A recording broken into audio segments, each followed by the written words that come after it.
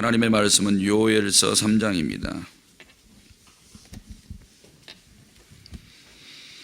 요엘서 3장입니다. 보라, 그날 곧 내가 유다와 예루살렘 가운데에서 사로잡힌 자를 돌아오게 할 그때에 내가 만국을 모아 데리고 여호사밧 골짜기에 내려가서 내 백성 곧 내 기업인 이스라엘을 위하여 거기에서 그들을 신문하리니 이는 그들이 이스라엘을 나라들 가운데에 흩어버리고 나의 땅을 나누었음이며 또 제비 뽑아 내 백성을 끌어가서 소년을 기생과 바꾸어 소녀를 술과 바꾸어 마셨음이니라. 두로와 시돈과 블레셋 사방아 너희가 나와 무슨 상관이 있느냐 너희가 내게 보복하겠느냐 만일 내게 보복하면 너희가 보복하는 것을 내가 신속히 너희 머리에 돌리리니 곧 너희가 내 은과 금을 빼앗고 나의 진귀한 보물을 너희 신전으로 가져갔으며 또 유다 자손과 예루살렘 자손들을 헬라 족속에게 팔아서 그들의 영토에서 멀리 떠나게 하였음이니라. 보라, 내가 그들을 너희가 팔아 이르게 한 곳에서 일으켜 나오게 하고 너희가 행한 것을 너희 머리에 돌려서 너희 자녀를 유다 자손의 손에 팔리니 그들은 다시 먼 나라 스바 사람에게 팔리라. 여호와께서 말씀하셨느니라. 너희는 모든 민족에게 이렇게 널리 선포할지어다. 너희는 전쟁을 준비하고 용사를 격려하고 병사로 다 가까이 나와서 올라오게 할지어다. 너희는 보습을 쳐서 칼을 만들지어다. 낫을 쳐서 창을 만들지어다. 약한 자도 이르기를 나는 강하다 할지어다. 사면의 민족들아, 너희는 속히 와서 모일지어다. 여호와여, 주의 용사들로 그리로 내려오게 하옵소서. 민족들은 일어나서 여호사밧 골짜기로 올라올지어다. 내가 거기 앉아서 사면의 민족들을 다 심판하리로다. 너희는 낫을 쓰라. 곡식이 익었도다. 와서 밟을지어다. 포도주 틀이 가득히 차고 포도주 독이 넘치니 그들의 악이 크미로다. 사람이 많음이여 심판의 골짜기에 사람이 많음이며 심판의 골짜기에 여호와의 날이 가까움이로다.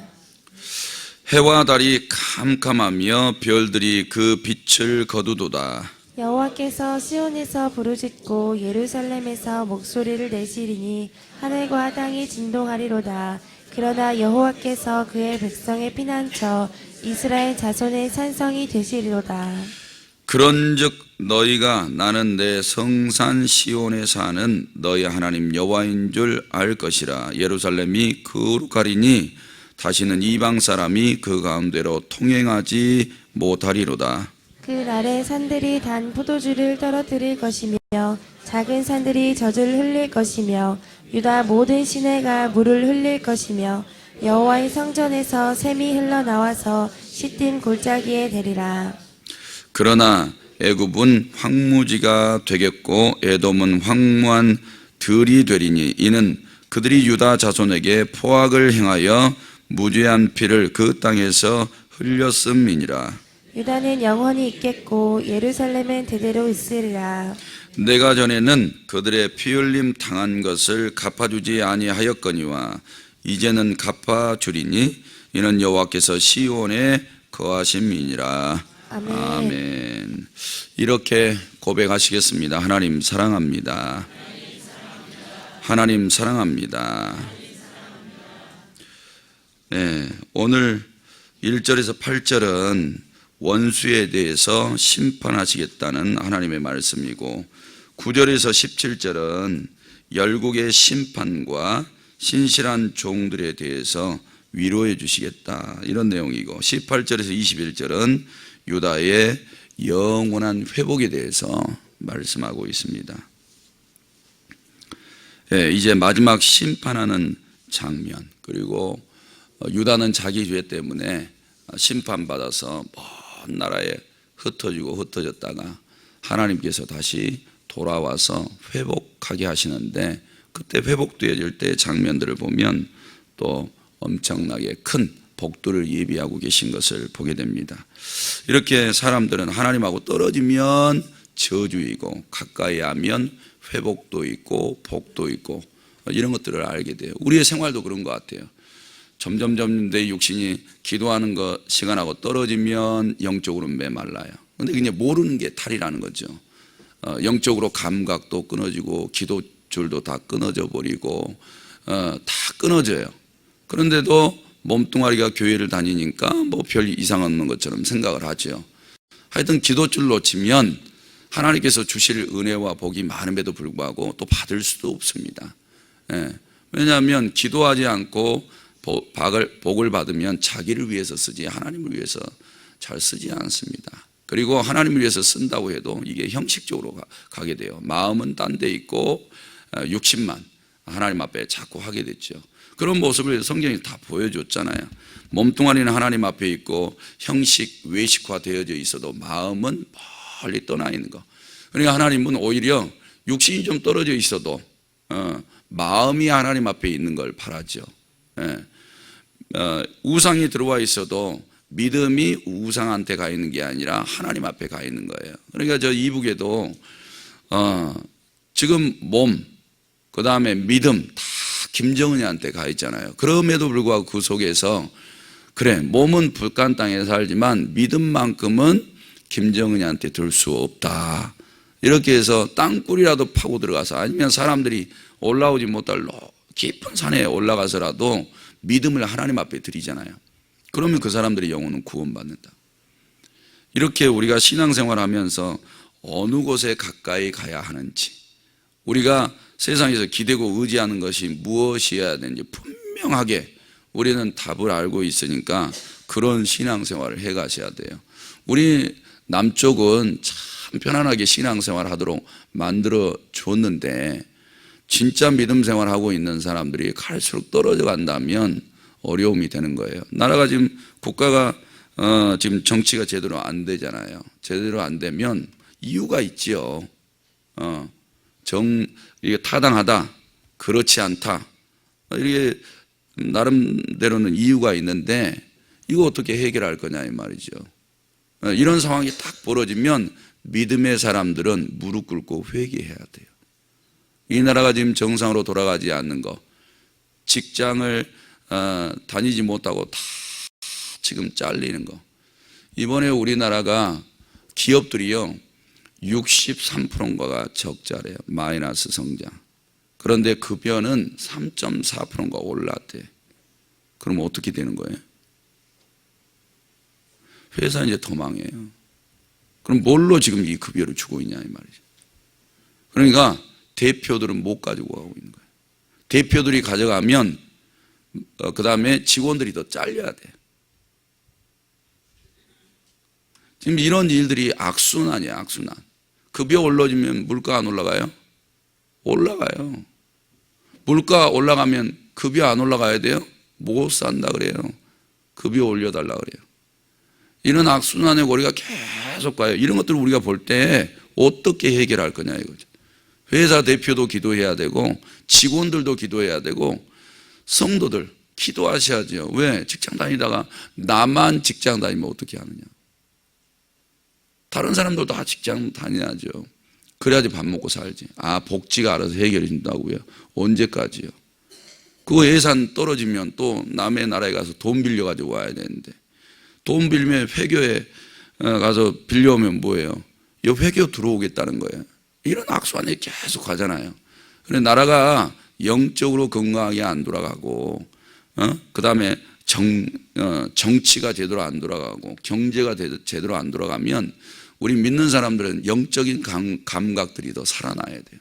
그리고 기도해야 된다. 그런데 육신도 지치잖아요. 안타까워요. 이렇게 도시화 되어져 있고 산업화 되어져 있고 자본주의화 되어져 있는 데는 시간이 황금이에요, 황금. 그래서 밥 시간도 별로 안 줘요. 왜? 일이야 그만큼의 소득을 얻어가니까. 그러면 사람이 점점 기계화 되어져 가잖아요.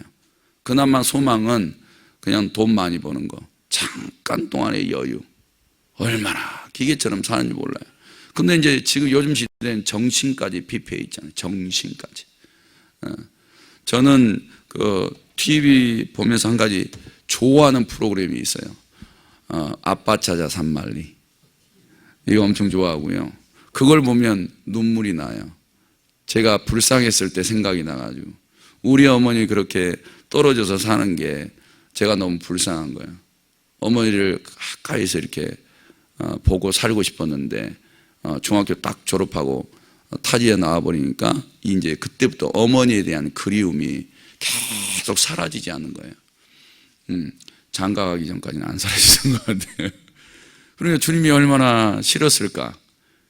주님을 그렇게 그리워하고 사모하고 이래야 되는데 모성애만 막 찾고 있었으니 답답했겠죠. 하나님께서도.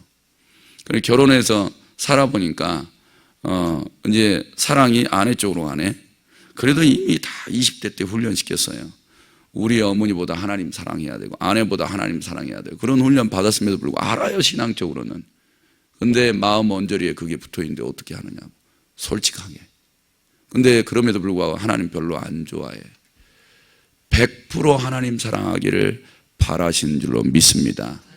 그러니까 이런 어려움의 때에 마음이 하나님께 가 있어야 되는데 세상 일에 다 마음이 생각이 팔려 있으면 하나님은 아시죠. 어려움을 딱 줘보고 네 믿음으로 뭐를 하는지 보고 계시는데 뭐 하라는 거예요? 어려우면 하나님께 뛰어오라는 거예요. 하나님 찾고 기대라는 거죠. 그리고 이런 어려운 상황에는 교회가 사람들이 더 많아야 돼요. 기쁠 때는 더블로 많아야 되고 복 주셨는데 하나님을 또 열심히 섬겨야죠. 근데 어려울 때 안 나오면 또 언제 나오는 거예요, 도대체 교회는. 이런 자리 비어서는 안 돼요. 우리 신앙의 힘이 기도회가 있잖아요. 기도 안 하면 어떻게 해요? 말씀이 능력이 안 되는데 성령님이 내 안에서 충만하게 역사하시지 않잖아요. 그래서 예수님 기도 쉬신 적이 있으시냐고요? 없죠. 능력이 그 안에서 역사하시려면 기도밖에 없잖아요. 예수님 답 주셨잖아요. 기도 외에는 이런 유가 나갈 수 없다고 이렇게 했어요. 근데 우리가 기도하면 병자도 낫고 기도해야 귀신도 물러가고 기도해야 문제도 풀려지고 이런 일들이 되는데 그래도 기도 안 해요. 지금 담임 목사님 잠시 병원에서 치료받고 계시는데 얼마나 좋아요, 기도 안 하기. 근데 저도 이렇게 보면 얼굴들은 다 몰라도 아유 자리가 비었네 이런 것들. 오히려 담임 목사님 비었을 때 치유가 빨리 일어나도록 기도해 주면 얼마나 좋아요. 그러면 담임 목사님 요 영상이 다 이게 보이시니까 다 보이시니까 열심히 아이고 우리 성도들 또 하나님을 위해서 기도하고 나를 위해서 기도해 주러 나왔나 보다. 이렇게 보시면 또 얼마나 좋겠어요. 그런데 기회는 이때다, 방학 이렇게 해가지고 잠이나 그냥 주무시고 그러시면 생각이 잘못 돌아가고 계시는 거예요. 집안에서 부모님 아프다고 끙끙거리고 있는데 애들은 밥 줘. 그리고 뭐 히덕거리고 아유 그 집안은요 될 일도 안 돼요. 근데 부모님 아프면 무슨 전쟁에 그냥 큰 상처라도 입은 것처럼 없고 막 병원이라도 뛸 심사면 그 집은 될지. 그렇잖아요. 사랑하는 성도 여러분, 오늘 여기 보니까 신앙으로 사는 자, 포로로 유다 백성들이 끌려가서 이제 정신 바짝 차리죠. 하나님의 말씀대로 다 이루셨으니까. 그래서 이제 회당에서라도 모여가지고 하나님을 막 경배하고 자신들의 죄악을 회개하고 다시 자신들의 땅으로 돌아갈 날만 기다리는 이 믿음과 신앙을 가지고 있는 자들은 축복. 그런데 그들을 쳐서 자기들의 배난 채우고 하나님 살아계시네. 이스라엘 백성이라도 자신들이 섬기는 신은 자신들의 법대로 살지 않으면 쳐버리신다는 거, 심판하신다는 거. 이렇게 살아계시네. 왜? 자신들이 신은 안 그러잖아요. 세상에 나가서 개차반처럼 살아도 자신들의 신은 가서 빌면 복이나 주는 신. 이게 진짜 신이냐고요. 근데 하나님은 축복과 저주를 탁 가르셔서 계명을 지키고 규례와 율례를 철저하게 지키고 신약에서는 복음의 주 예수 그리스도를 탁 영접하고 그분이 주신 새 계명을 받들어서 온전한 믿음으로 살아가는 자들에게는 축복 아니면 저주. 이 말씀대로 해버리시잖아요. 그러면 그 신이 진짜 신이라고 믿어야 되는데 안 그러고 어때요? 이스라엘을 쑥 떼밥 만들어 놓고 오히려 자기 신들한테 이스라엘 백성들한테 갈취하면서 빼앗아 갔던 성전 기물까지 우상 신전에 또 다 두네. 하나님을 모르니까 그러죠. 그래서 오늘은 그들을 싹 모아다가 심판해 버리셔요. 그런 장면을 보게 돼요. 그래서 오늘 이 3장에서도 참신앙을 보셔야 돼요. 살아남는 것을 보셔야 돼요. 살아남는 거.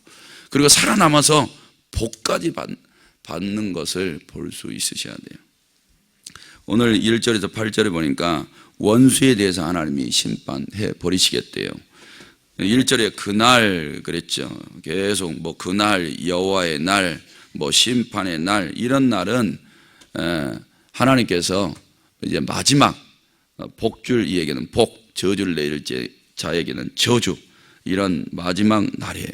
이 날이 역사 속에서도 일어나지만 완전하게 그 날이 일어나려면 예수님이 재림하셔야 돼요. 재림하셔야 그 날이 완전하게 일어나요. 자, 그날 곧 내가 유다와 예루살렘 가운데서 사로잡힌 자를 돌아오게 할 그때에. 그래, 이스라엘이 옛날에 흩어져 버렸고, 유다가 이제 포로로 이렇게 끌려가서 그들이 다시 돌아올 그날이 유다인들을 치고 노략했던 그들이 심판받는 날이 되겠다. 이 말이에요.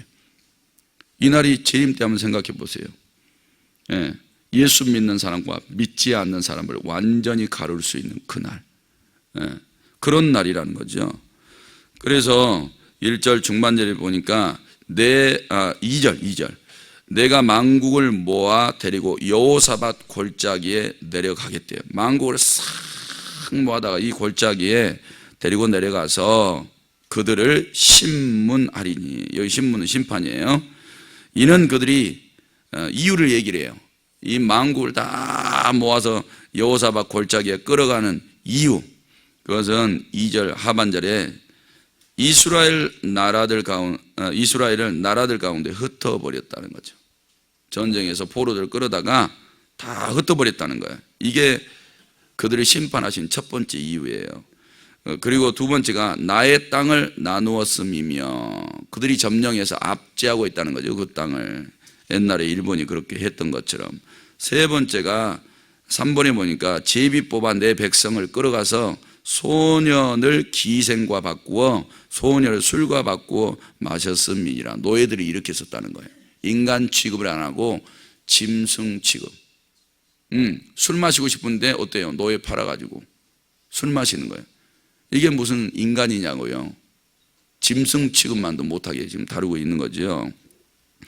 그 다음에 네 번째가 5절에 보니까 너희가 내 은금을 빼앗고 그랬어요. 은금을 다 갈취하고. 다섯 번째 나의 진귀한 보물을 너희 신전으로 가져갔고. 여섯 번째 6절에 보니까 유다 자손 예루살렘 자손을 헬라 족속에게 팔아버렸고 그들의 영토에서 멀리 떠나게 하였다. 그랬어요. 하나님이 이거 전부 다 눈뜨고 보고 있었어요. 신기하죠? 지금 이스라엘이 이렇게 된 것은 우상숭배 때문이거든요. 우상숭배 때문인데, 그런데 또 이들을 포로로 끌어가는 그들이 유다를 또 대하는 그런 모습을 하나님은 다 지켜보는 거예요. 그리고 함부로 대했던 것에 대해서 쳐버리시겠다는 거예요. 그리고 우리가 사람이 사람을 대할 때는 어떻게 대해야 돼요?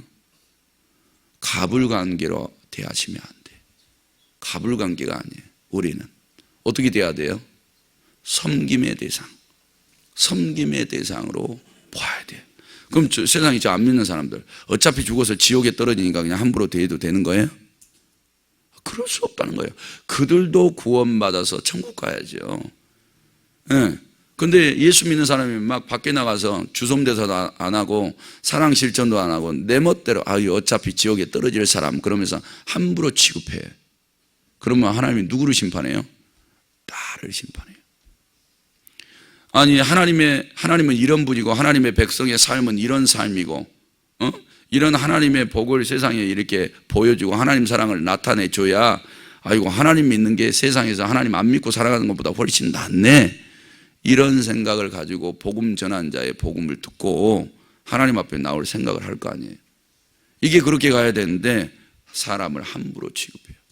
만약에 이때요, 포로로 끌려갔던 이 심판의 채찍으로 쓰임받았던 이방 족속들, 뭐 아수르나 바벨론 이런 나라들이요, 이스라엘 백성들이 하나님 섬기는 것보다 더 잘해줘.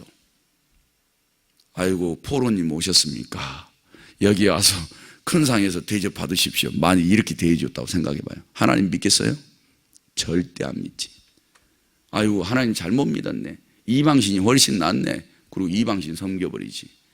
왜 이단에 빠진 사람들 교회 안 나와요? 교회에서 상처 입으니까 이단에 가서 안 빠져나오잖아요. 거기서 사랑 맛보니까. 거기서 들어보니까 다 자기를 위해 주거든. 그러니까 교회 나올 리가 없죠. 교회 나오면 사랑도 없고 말 싸납게 하고 틱틱거리고 막 상처나 주고 들쑤시고 이러고 있는데 교회를 왜 나와요? 우리도 여기에 왜 버티고 있어요? 믿음 때문에 버티고 있는 거지. 교회 안에서 상처 줘요, 안 줘요? 생각 없는 사람 상처 주잖아요. 나도 생각 없을 때가 있을 거 아니에요. 교회가 언제 사랑하라 그랬지? 험담하고 말 함부로 하고 뒷담화하고 막 언제 그러라 그랬어요? 그리고 언제 내 멋대로 살라 그랬어요? 이방 종교는 이방 종교도 법이 있으면 자기 멋대로 못 살아요. 성경은 하나님의 법대로 살면 하나님 사랑하게 돼 있고 이웃을 내 몸처럼 사랑하게 돼 있는데 그 말씀대로 안 사니까 교회 안 나오는 거죠. 그래서 이렇게 이스라엘 백성들을 힘들게 했던 그들이 하나님은 눈 뜨고 다 보고 있다. 저것들 봐라. 인간 취급을 안 해주네. 그러니까 죄 지으시면 안 돼요. 죄 지으시면 하나님이 인간 취급 못 받는 거기다가 버려버려요. 그런데 이런 자들을 하나님은 완전히 잊어버리지 아니하시고 기억해 주신다는 거죠.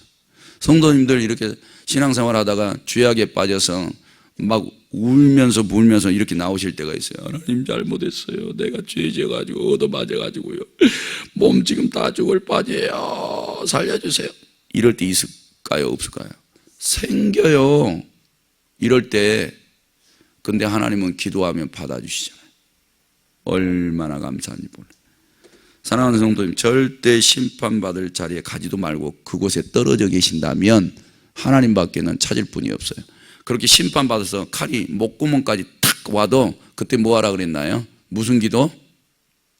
아니 어제 배우셨잖아요. 무슨 기도 하라 그랬어요? 금식 기도.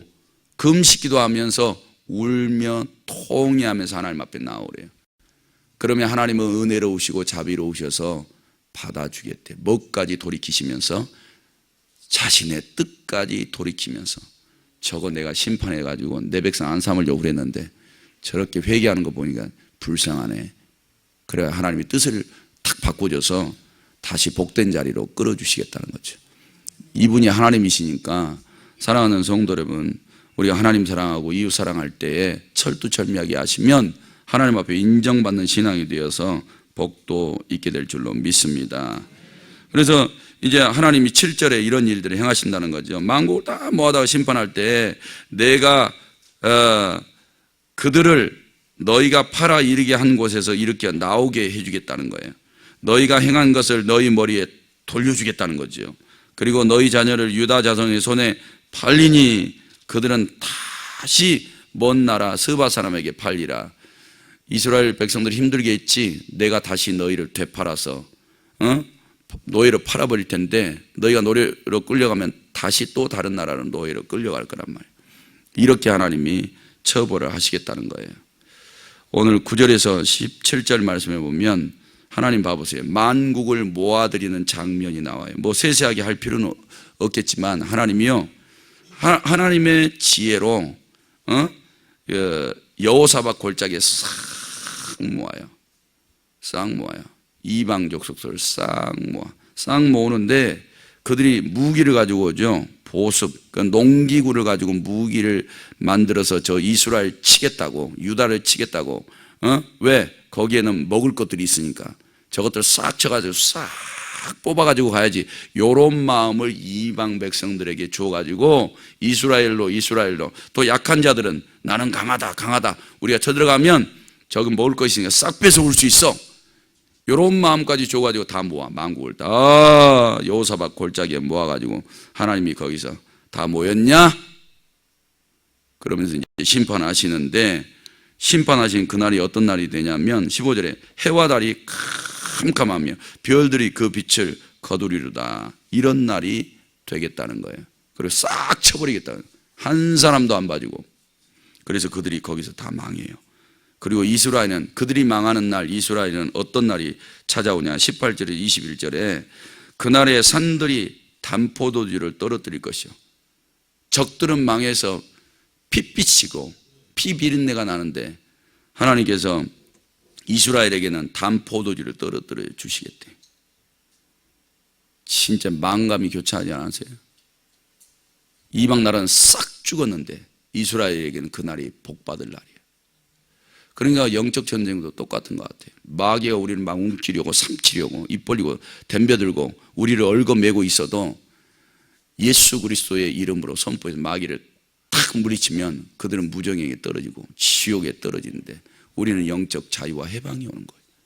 묶였던 것들이 다 풀려져서 하나님의 은혜를 받게 돼. 그러니까 이런 것들을 생각하시면서 하나님의 이런 심판의 날이 온다는 거예요. 심판의 날이 와서 악인들은 저주, 믿음의 사람들은 축복, 이렇게 하시겠다는 거예요. 오늘도 영적으로는 이런 전쟁들이 매일 있는 겁니다. 사랑하는 성도 여러분, 영적으로 각성하는 사람들은 잘 살 거예요. 영이 잘 돼서 잘 살 거고, 이런 영적 각성이 없는 사람들은 자기 생각대로 살다가 말씀도 자기 생각대로 이렇게 하다가 고난과 고통을 당하게 될 겁니다. 오늘 이 말씀을 꼭 생각하시면서 하나님이 하나님 편으로 가는 사람들은 성령도 다 부어주시겠다라고 말씀하셨으니까 언제나 그분 한 분만 붙잡고 살아가시기를 주님의 이름으로 축복합니다. 기도 드리시겠습니다. 하나님 아버지, 오늘 또 주님 앞에 나오면서 11조 감사 1천 번제 예물 제목 드렸습니다. 우리 하나님 받으시고 하늘 곳간에서 주옵소서. 오늘 또 사랑하는 성도들이 가난과 고난을 벗어나 부유한 중에 하나님 사랑, 이웃 사랑 실천하며 살아가도록 복을 주옵소서. 그리고 담임 목사님 오늘 또 병석에서 기도하고 계실 터인데 그 기도가 향기로운 제물이 되어 하나님 제단에 부어지게 하시고 이 땅에서 응답받게 하옵소서. 성도들 복 주어 돌아가게 하옵소서. 예수님의 이름으로 기도드립니다. 아멘. 오늘도 말씀 생각하시면서 기도하시기 바랍니다.